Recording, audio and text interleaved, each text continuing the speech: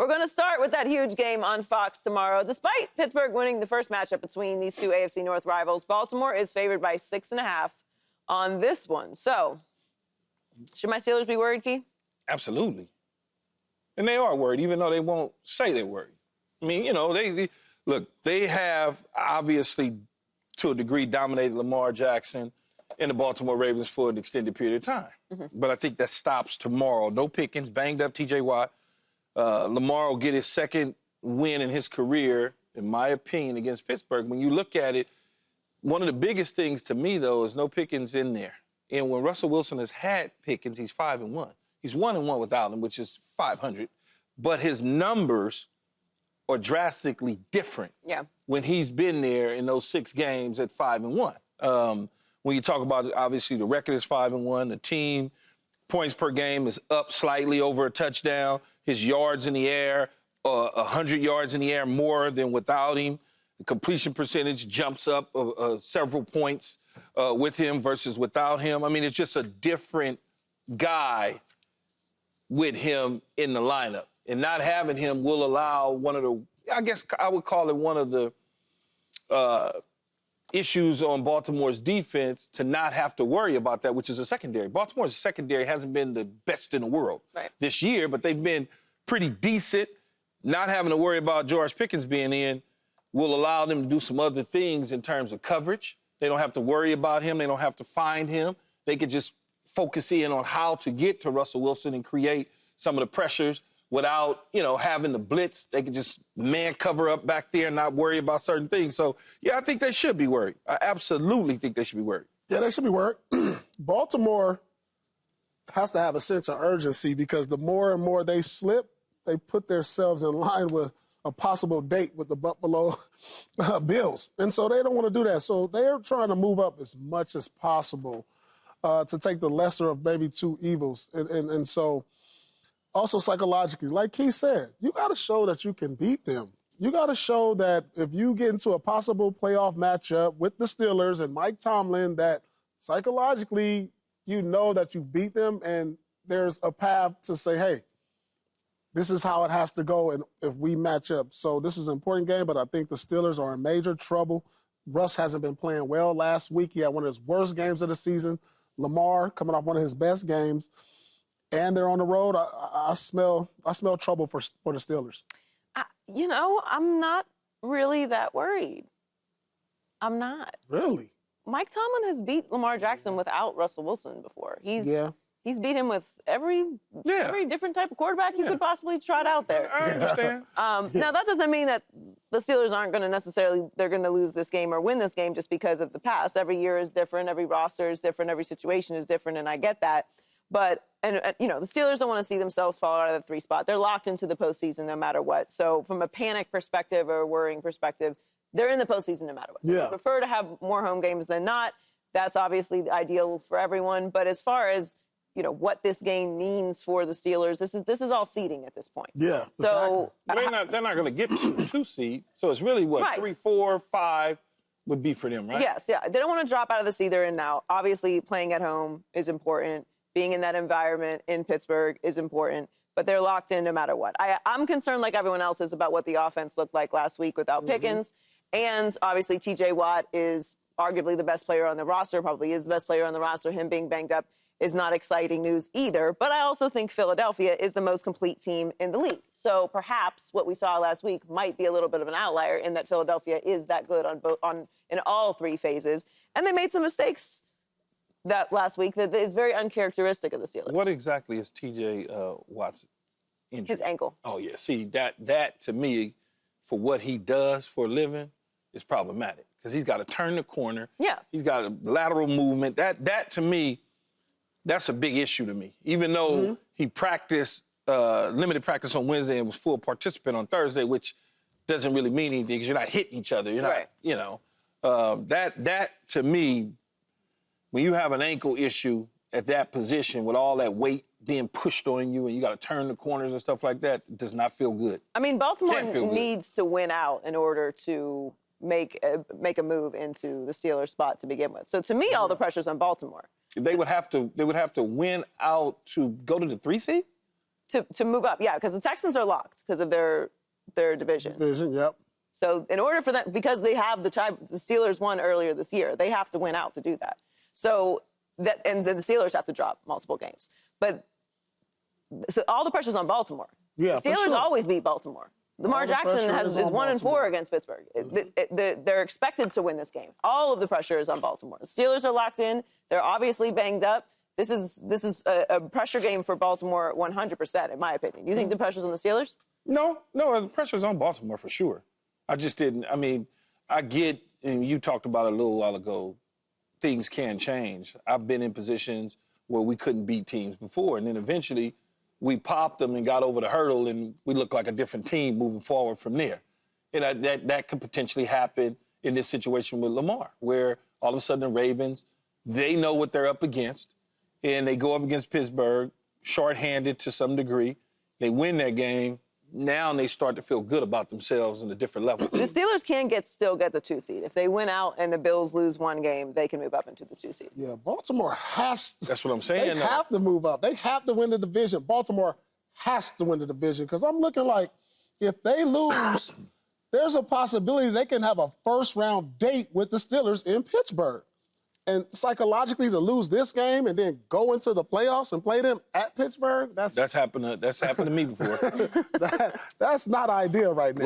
Lost to the Eagles at home and had to turn around and go to Philadelphia and got popped, a few weeks later. Yeah, that's not ideal. So how important is this game for Lamar? Extremely important, very important. Probably the most, I don't want to say the most important game in his career, but it's the most important game. It's the most important game in a while for him, I would say. I'm not going to say in his entire career. So we could say it's the most important. Well, I mean, obviously the AFC Championship. Yeah, AFC Championship game, but so this say it's is the most important game this season. This season, and the reason that is because there's a lot riding on it. Whether it's the division, the psychological warfare that he's playing with his mental, if he loses this game, and to some degree, selfishly, the MVP. If he goes out there and he plays at a certain level, he gets himself right back into that conversation of strong MVP. But you look about the division. If they lose this game, it costs them the division. It's going to cost them the division. And much like Paul is saying, you may see them later on down the line. So from a psychological standpoint, throughout the rest of the season, you're going to be sitting there going, I can't believe we just lost to the Steelers again. Man, we got to go on the road for the playoffs all the way to play. Man, we're going to have to do it. And that can carry it up until you get into the playoffs. Yeah. And that narrative this ain't no easy shake. Brought up. Yeah. It's not an easy shake. Oh, it's just one game, man. I ain't worried about it. No, it's not like that. Because you're constantly going to be hearing the television pundits talk about it. And if you, for some weird reason, draw Pittsburgh in the playoffs, guess what? You're going to hear Joey Taylor, oh, my Steelers, blah, blah, blah. You're going to hear that's what you're going to hear. You're just going to hear people talking about it all the time. So it's extremely important to him. But I think he comes out of this thing smelling like a rose, though. I really honestly do. Do you think they win convincingly? What's convincingly? By a field goal? Well, I mean, they could cover the spread. It would be a touchdown. I'm not going to say, call me on Sunday, and I'll let you know in the first half. You are definitely going to text us during the game and let us know what you think, for sure. I don't think, the more and more I think about it, I don't think Lamar cares about the MVP. No, he doesn't. Yeah, he doesn't think about that. No, he got a couple. Yeah, he got a couple. Like, what's on his mind is trying to win a Super Bowl. Absolutely. Like, when you win a couple, and I've been around guys who've won MVP and never won a championship, they're like, all right, I've been there, done that. That's checked off on the list. Absolutely. But if you have an opportunity to make history, you go for it. Yeah. Because that's historic. But, the most important thing for him is the Super Bowl. And, for Lamar, it's important because he wants to continue to play well and have that rhythm going into the playoffs. Yeah. I always thought that as a basketball player down the stretch, these last few games, I want to make sure I'm on point with my rhythm and things are going well with the offense. And that's what he's looking for, just how it's not that they win, it's how they play also. You want to win but be playing well. So this is very important for Lamar. Yeah, he's 1-4 in his career against the Steelers, and Baltimore has lost 8 of its last 9 games. Against Pittsburgh. See, now you if he loses, you'll be coming back again. Oh, if they play in the playoffs, you'll add one more number to that and one more number to that, and he'll have to hear it all the time, not just from you, but from other people. Absolutely. Because, well, it's true, and it will build up a narrative of its own. It becomes an energy of its own that they can't get over it. The quarterback on the other side of the ball is Russell Wilson. He's rejuvenated his career this season, and when asked if he's going to re-sign, he said, "Hopefully, I love it here." So this season has been pretty interesting with the Russ, Justin Fields, Mike Tomlin, who's starting, putting him in, taking Justin Fields out. The situation and the expectations of Russell Wilson have swung all over the place. And now we're already talking about him potentially staying there. Has he earned a long-term deal in Pittsburgh? Not yet. What would he have to do to do that? They would have to win a playoff game. Really? You think if they don't win a playoff game, they don't? Because at this point, he's already shown that missing those games didn't affect his play in the regular season. He's already shown us that.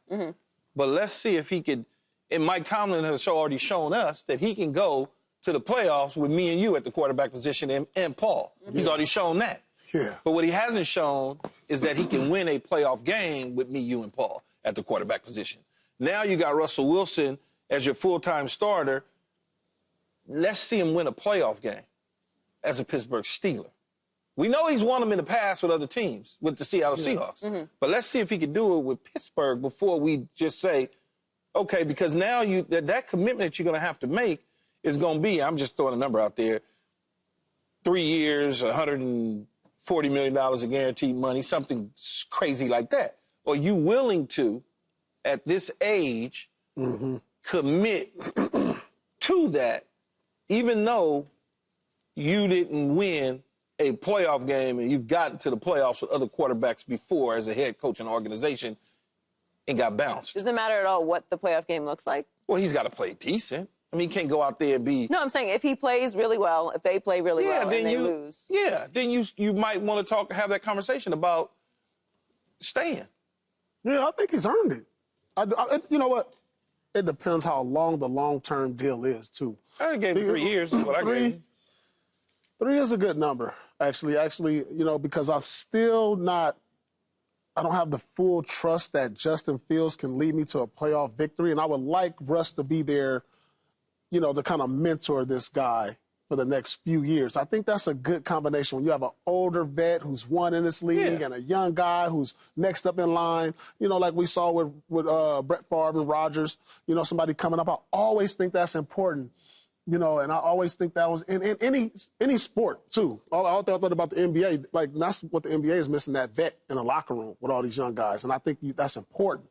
So I think he has earned that, you know, because the one thing you can learn from his professionalism every day. You can learn how he talks to the media. You can learn about his every day. You need a couple more years of that in Justin Fields before you hand the keys to him. No, I get that. It's just that when we're talking about the starting quarterback of the Pittsburgh Steelers. But sometimes it's bigger than wins and losses in the playoffs, too. You know, it's bigger than that. It's about, you know, bringing another young guy along. No, they can do that. There's no question about it. But when we're talking about the commitment. Yeah. The commitment of I mean, they are not a team that is known for those massive swings. That's what I'm saying. They're going to make you earn your money. But keep in mind, Justin Fields is not a rookie. So his contract, he's gonna be up to get it paid himself. And but if he stays in Pittsburgh, he's gonna be paid as a backup. Now, if he wants to take the chance and go somewhere because they say you're the starter. Yeah, and he will and he should. If he's gonna have the opportunity to go start somewhere, and he probably will based off of what he looked like. But I'm like Paul though, if they re-sign Russ, and because Justin Fields is still young. Yeah, he's young. But age-wise, he's young. He's got plenty of runway. He is age-wise, but when you look at where his contract will be, because he's done. His contract is nothing. That's what I'm saying. It's peanuts. That's what I'm saying. So he's going to be able to go somewhere and be a starter, especially based off of what he looked like in Pittsburgh before Russ came in as the starter. No, Someone very much believes that it was Chicago. And we're looking at what happened in Chicago this year. Oh, yeah. A team that needs a young franchise quarterback is going to And when you look at the draft, it's not a heavy quarterback. You gauge, well, not even the draft. When you look at the NFL veterans at this position that could be on the marketplace, you got your Sam Darnolds, you got your Justin Fields. Kirk Cousins. You got, well, he's under contract, but I mean guys that are expiring. Purdy. Yeah, he'll be tagged or whatever. You got Russ. You got Darnold. You got Fields. I'm trying to think, there's somebody else that's out there that could potentially be available to you. If you look at the draft, you say, I don't really want to do that because I like these guys that have been playing a little bit in the NFL. I'd rather take them than draft a guy because all these quarterbacks are still relatively young. Right. And the quarterbacks play a long time in the NFL, longer than in the past. You have to look at that and weigh it. And that's the thing that Justin Fields, when they come to him or they come to Russell Wilson, they got to say, hey, do I want to go to another team and kind of start all over again and be a starter and get a whole bunch of money, or do I want to just stay here as a 1-2 punch and learn I would like to be a starter. I would like to be a know? starter. Yeah, I'm going to take the money and go. Yeah, but where you going? What team? What It doesn't matter. Like? It don't matter what the conversation looks like. If you giving me a long-term deal to go be a franchise quarterback, Justin Fields, thank you, Mike Tomlin, and thank you, Russ, for your mentorship. I'm off. I'm out of here. He's not going to stay and sit behind Russell Wilson. They're going to have to make a choice between Russell Wilson and Justin Fields. And that's why I said, they'll choose. And that's why I originally said I need to see a playoff win. So because if I see a playoff win, that's easy money to make that choice. Yeah, but they're going to have to make a choice. No, they are going to have to make a choice for sure. Subscribe here to get the latest from Speak, and go watch a few segments from our other shows on FS1.